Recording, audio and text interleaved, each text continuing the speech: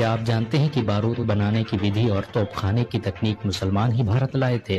मुसलमान अगर भारत ना आते तो भारत के पास ना तो परमाणु बम होता और ना ही दिल्ली और आगरा जैसा शहर। मुसलमानों के बगैर भारत रॉकेट टेक्नोलॉजी से भी महरूम रहता, क्योंकि इसे बनाने वाला टीपू सुल्तान एक मुसलमान था। मुसलमान अगर भारत ना आते तो आपको समोसा, बिरयानी, कबाब, रोस्टेड और कीमा जैसे लजीज खाने भी देखने को ना मिलते।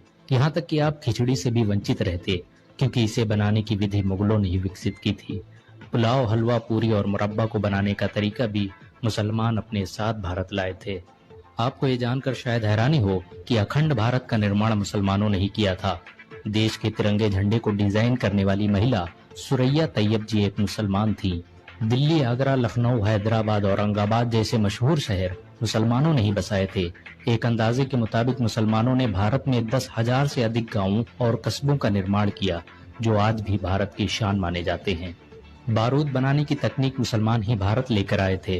भारत में सबसे पहले तोपखाना का निर्माण और तोप का इस्तेमाल मुगल बादशाह बाबर ने किया था। मुर्शिदाबाद, बीजापुर, तंजौर जैसे शहरों में मुसलमानों ने ही सबसे पहले शस्त्र बनाने के कारखाने स्थापित किए। ये भारत के पहले कारखाने थे जहां पर बंदूकों, तोपों और रॉकेटों का निर्माण किया जाता था। मुसलमानों के आने से पहले भारतीयों को बंदूक बनाने की तकनीक के बारे में कोई अंदाजा नहीं था। अगर मुसलमान भारत न आते तो यहाँ के लोग सदियों तक इस टेक्नोलॉजी से वंचित रह जाते। आपको ये जानकर हैरानी होगी कि खजूर, फूल गोभी, नींबू, धनिया, सेब, संतरा इत्यादि के पेड़ मुसलमान ही भारत लाए थे। मुसलमानों ने ही भारत में सबसे पहले इनकी खेती प्रारंभ की, जो बाद में भारत की प्रमुख फसलें बन गई। बहुत कम लोग जानते हैं कि साबुन का आविष्कार सबसे पहले मुसलमानों ने ही किया था, और जब तुर्की के मुसलमान भारत में दाखिल हुए तो उनके साथ ये तकनीक भी भारत आ गई और धीरे धीरे साबुन का इस्तेमाल पूरे भारत में होने लगा। मुसलमानों के आने से पहले भारत के लोग रेत का इस्तेमाल करते थे।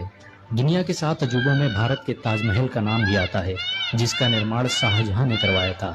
अगर मुसलमान भारत न आते तो भारत एक अंतर्राष्ट्रीय पहचान से महरूम हो जाता। मुस्लिम शासकों ने भारत में 6 लाख से भी अधिक इमारतें बनवाई, जिनसे हर साल भारत सरकार अरबों रुपये की कमाई करती है। इन सभी जमीनों का लेखा जोखा वक्फ बोर्ड रखता है। सिर्फ ताजमहल से ही भारत की हर साल अरबों रुपये की कमाई होती है। मुसलमानों की हुकूमत में भारत सोने की चिड़िया कहलाता था। मुसलमानों के बगैर भारत कभी भी परमाणु संपन्न देश न बन पाता, क्योंकि एक मुसलमान एपीजे अब्दुल कलाम ने ही भारत का परमाणु बम बनाया था। भारत आज भी मुसलमानों के दिलों में बसता है।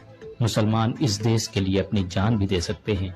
अगर एक मुसलमान होने के नाते आपको गर्व महसूस हुआ हो तो इस वीडियो को लाइक और शेयर जरूर करें।